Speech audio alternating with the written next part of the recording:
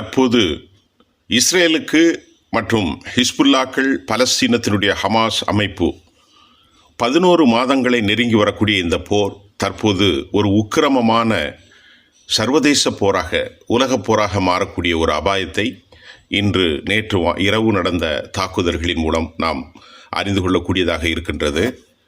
பலஸ்தீனத்தின் Hamas அமைப்புக்கு எதிராக பயங்கரவாதிகளை வஞ்சம் தீர்க்கப் போவதாக பெஞ்சமின் நெத்தன்யாகு 11 மாதத்திற்கு முன்பு அக்டோபர் கடந்த 2023 நடந்த தாக்குதலின் போது பழிவாங்குவதற்காக பலஸ்தீனத்தின் மீது போர் தொடுத்தார்கள்.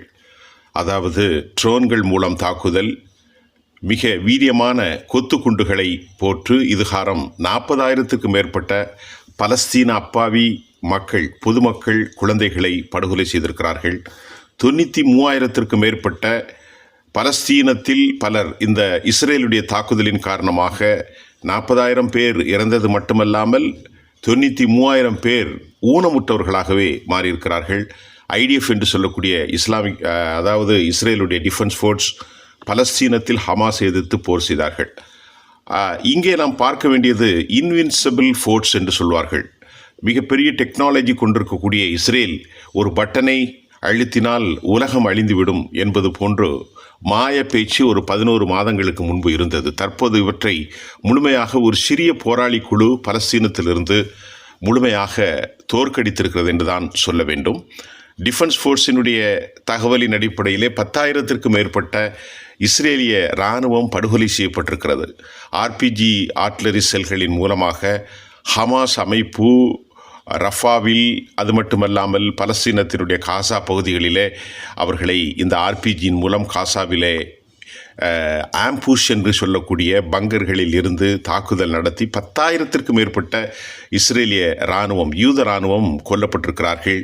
இன்னும் பல ஆயிரக்கணக்கான யூதர்கள் காயமுற்றிருக்கிறார்கள். இன்னும் பல ஆயிரக்கணக்கான யூத இராணுவ வீரர்கள் மனநிலை பாதிக்கப்பட்டு மருத்துவமனையிலே அவர்கள் அனுமதிக்கப்பட்டிருப்பதையும் நாம் இந்த போரின் ஊடாக காண முடிகின்றது.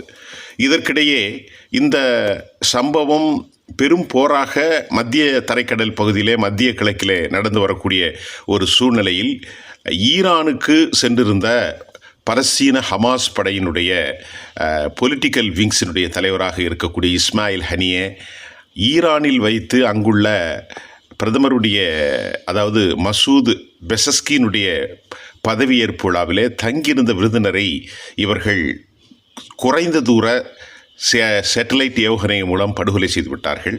அதே போன்று ஹிஸ்புல்லா, லெபனானில் இருக்கக்கூடிய ஹிஸ்புல்லாவினுடைய கமாண்டர் ஃபாத் ஷுக்குர் என்பவரையும் கூட படுகொலை செய்திருக்கிறார்கள். இதற்கு பழிவாங்குவதற்கு ஈரானுடைய ப்ராக்ஸி மிலிட்ரி என்று சொல்லக்கூடிய லெபனானினுடைய ஹிஸ்புல்லாக்கள், ஹமாஸ் மற்றும் ஏமனுடைய ஹவுதீஸ், ஈரான் இவர்கள் அனைவரும் இணைந்து ஒரு பெரும் தாக்குதலை யூத இராணுவத்தின் மீது, இஸ்ரேலிய இராணுவத்தின் மீது திட்டமிட்டு தற்போது நடந்து வருகிறது. இதுகாரம் அக்டோபர் 23 ஹிஸ்புல்லாக்கள் ஒரு வலிமையான இராணுவ பிரிவாக இருப்பதால் 320க்கு மேற்பட்ட ஏவுகணைகளை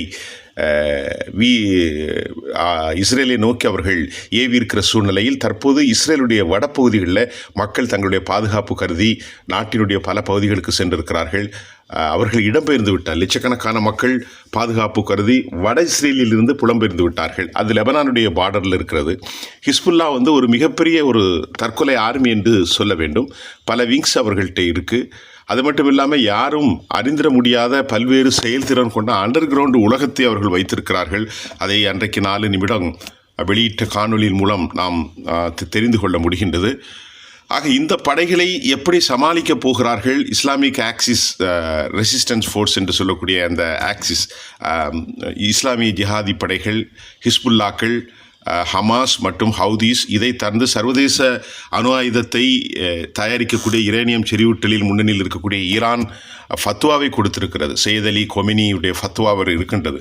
இந்த சூழ்நிலையில் இஸ்ரேல் பெரும் தோல்வியை சந்தித்திருப்பதாக இஸ்ரேலுடைய வெளிவிவகாரத்துறையை செயல்பாடுகளை முன்னோக்கி இஸ்ரேலுடைய இராணுவ முன்னாள் தலைவர் ஜெனரல் பிரிக் கருத்து தெரிவித்திருக்கிறார். இஸ்ரேல் இந்த நோக்கத்தில் சென்று விட்டால் இன்னும் ஒரு வருடத்தில் அவர்கள் கையேந்தக்கூடிய மோசமான நிலையில் சென்று விடுவார்கள். பெஞ்சமின் நெத்தானியாஹுடைய அரசு தோல்வியை சந்தித்திருக்கிறது என்று பிரிக்ஸ் தனது கருத்தை தெரிவித்திருக்கிறார். அதே மாதிரி யாயிர் லாஃபீர் என்று சொல்லக்கூடிய இஸ்ரேலுடைய எதிர்க்கட்சி தலைவரும் கடும் கண்டனத்தை தெரிவித்திருக்கிறார்கள். யாயிர் லாஃபீருடைய கருத்து அடிப்படையில் ஒரு வலதுசாரி சித்தாந்தத்தை முன்னோக்கி சென்றிருக்கக்கூடிய பெஞ்சமின் நெத்தானியாஹு அங்குள்ள கிம் காவீர் போன்ற வலதுசாரி அமைப்புகளோடு கைகோர்த்து கொண்டு தனது அரசாங்கத்தை காப்பாற்றிக் கொள்வதற்காகத்தான் இந்த படுகொலை அரசியலை அவர் முன்னெடுக்கிறார் என்று சொல்லப்படுகிறது. தினமும் ஆயிரக்கணக்கான இஸ்ரேல் மக்கள் டெல்-அவிவிலே கூடி பெஞ்சமின் நெத்தானியாஹுக்கு மாற்றாக புதிய அரசு வர வேண்டும், போரை நிறுத்த வேண்டும் என்று போர் செய்து கொண்டிருப்பதையும் நாம் பார்க்கின்றோம். இங்கே வேடிக்கை என்னவென்றால், போரில் ஈடுபடுபவர்கள் அமெரிக்கர்கள் தான். அமெரிக்கா தனது ஆயுத பலத்தையும் பணபலத்தையும் கொடுத்துதான் மத்திய கிழக்கில் தனக்கென ஒரு வலிமையான சக்கரவர்த்தியை உருவாக்க வேண்டும் என்றுதான் இந்த போரை நடத்துகிறார்கள். ஆனால் சமாதான தீர்வுக்கு டிராப்ட் என்று சொல்லக்கூடிய அடிப்படையான தத்துவங்களை, நீதி பரிபாலனைகளை, ஒப்பந்தங்களை மேற்கொண்டு அதற்காக செயல் திட்டங்களையும் அமெரிக்காவே வடிவமைக்கிறது. இது பெரும் ஆச்சரியமாக இருக்கின்றது. போர் செய்யக்கூடிய அமெரிக்காவும் யூத இராணுவமும் தான் இந்த திட்டத்தை வடிவமைத்திருக்கின்றது. இவர்களுக்கு துணையாக அவர்கள் கத்தாரையும் எகிப்தையும் அழைத்துக் கொள்கின்றார்கள். சவுதி அரேபியா ஒரு கள்ளப்போக்கில் இஸ்ரேலுக்கு ஆதரவாக செயல்படுவதை அரபு நாடுகள் கடும் எதிர்ப்பு தெரிவித்து வருவதையும் பார்த்து கொண்டிருக்கிறோம். இந்த நிலையில் இன்வின்சிபிள் ஃபோர்ஸ் என்று ஆர்மி என்று சொல்லக்கூடிய அளவிற்கு ஒரு பொத்தானை அனுப்பினால் உலகம் தூள் தூளாகும் என்று சொல்லக்கூடிய அளவுக்கு இருக்கக்கூடிய இஸ்ரேல் தற்போது தோல்வியை சந்தித்திருக்கிறது. அப்படித்தான் சொல்ல வேண்டும். ஹமாஸ் ஒரு பெரிய மத்திய தரைக்கடலில் ஒரு இராணுவம் அல்லது. ஹமாஸ் ஒரு போராளி குழு மட்டுமே. ஹமாஸிடம் விமானப்படைகள் இல்லை. ஆனாலும் கூட பங்கர்ஸ் என்று சொல்லக்கூடிய ஆம்பியூஷிலிருந்து அவர்கள் ஆம்புஷ் தாக்குதலின் மூலமாக மெக்காவா வெர்ஷன் என்று அழைக்கப்படும் கடும் சக்தி வாய்ந்த இஸ்ரேலிய டேங்கிகளை தூள் தூளாக தகர்த்திருக்கிறார்கள். பல நூற்றுக்கணக்கான மெக்காவாஸ் டேங்கர்ஸ் வெர்ஷன்ஸ் தாக்கப்பட்டிருக்கிறது, தூள் தூளாக ஆக்கியிருக்கிறது. பல இஸ்ரேலிய இராணுவ வீரர்கள் படுகொலை செய்யப்பட்டு விட்டார்கள். குறிப்பாக இஸ்ரேலுக்கு வரக்கூடிய உணவுப் பொருட்கள், மருந்து பொருட்கள், எண்ணெய் வளங்கள் அனைத்தையுமே ஹமாஸுக்கு ஆதரவாக ஏமனில் இருந்த ஹவுதிகள் வீசப்படுகிற ட்ரோன்களின் மூலம் தகர்க்கப்பட்டிருக்கிறது. நேற்று முன்தினம் கூட 150 டன்னுக்கு மேலான எண்ணெய் பொருட்கள் அங்கே வெடித்து சிதறி கடலிலே நாசமாக கலந்திருக்கிறது. இந்த தாக்குதலை அமெரிக்காவினுடைய அணு ஆயுதம் தாங்கிய கப்பலின் மீதே வீசக்கூடிய அளவிற்கு ஹவுதிகள் வலுப்பெற்றிருப்பது அமெரிக்காவை பெருத்த ஆச்சரியத்திலே ஆழ்த்தியிருப்பதாகவும் சொல்லப்படுகின்றது. அமெரிக்கா தரப்பில் என்ன சொல்லப்படுகிறது என்றால், ஒரு சாதாரண போராளி குழுக்களாக இருக்கக்கூடிய ஏமன் ஹவுதிகள் எப்படி இவ்வளவு பெரிய ட்ரோன்கள் வல்லமை கொண்டவைகளை அமெரிக்காவுடைய கடற்படை எதிர்த்து வீசக்கூடிய அளவுக்கு ஆற்றல் பெற்றார்கள் என்ற புரியாத புதிராக இருக்கின்றது. ஆக நமக்கு கிடைத்த தகவல்கள் ஈரானுடைய அண்டர் கிரவுண்டு உலகமும் ஹிஸ்புல்லாவுடைய அண்டர் கிரவுண்டும் மிக கடுமையான சக்தி வாய்ந்த ஒன்றாக இருக்கின்றது. அதே போன்று ஹிஸ்புல்லாக்கள் ஆம்பியூஷிலிருந்து தாக்குதல் நடத்துகிறார்கள். அதே போன்று ஹவுதிகள் ட்ரோன்களின் மூலமாக தற்கொலைதாரிகளாக அவர்களுடைய கப்பல் படைகளையும் வீசுவதையும் நாங்கள் பார்க்கப்படுகின்றது. ரெட் சி என்று அழைக்கப்படக்கூடிய அந்த ஷாவு கடல், செங்கடல் பகுதிகள், மத்திய தரைக்கடல், மெடிட்டரேனியன் விங்ஸ், இந்த பகுதியிலெல்லாம் அவர்கள் அடித்து துவம்சம் செய்யக்கூடிய காட்சியும் தற்போது பார்க்கப்படுகின்றது. இஸ்ரேலில் எமர்ஜென்சி நேற்றிரவிலிருந்து பிறப்பிக்கப்பட்டிருக்கிறது. யோ கேலன் மற்றும் பெஞ்சமின் நெத்தானியாஹுடைய இந்த கூட்டமைப்பு தான் இந்த 48 மணி நேரம் இஸ்ரேலுடைய ஒரு எமர்ஜென்சி அவர்கள் டெக்ளேர் செய்திருக்கிறார்கள். நாடு முழுவதும் பல இடங்களில் மின்சாரம் தடைப்பட்டிருக்கின்றது.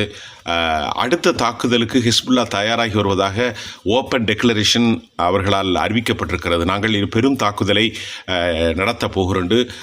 அதே போன்று மொசாத் உளவுத்துறை மக்கள் பெரும்பகுதியாக வாழக்கூடிய இடங்களிலே ஹிஸ்புல்லாக்கள் தாக்குதல் நடத்தலாம் என்ற அச்சம் காரணமாக 48 மணி நேரம் இந்த எமர்ஜென்சி பிறப்பிக்கப்பட்டிருக்கிறது. 80% துறைமுகங்களில் பணிகள் முழுமையாக முடங்கியிருக்கின்றது.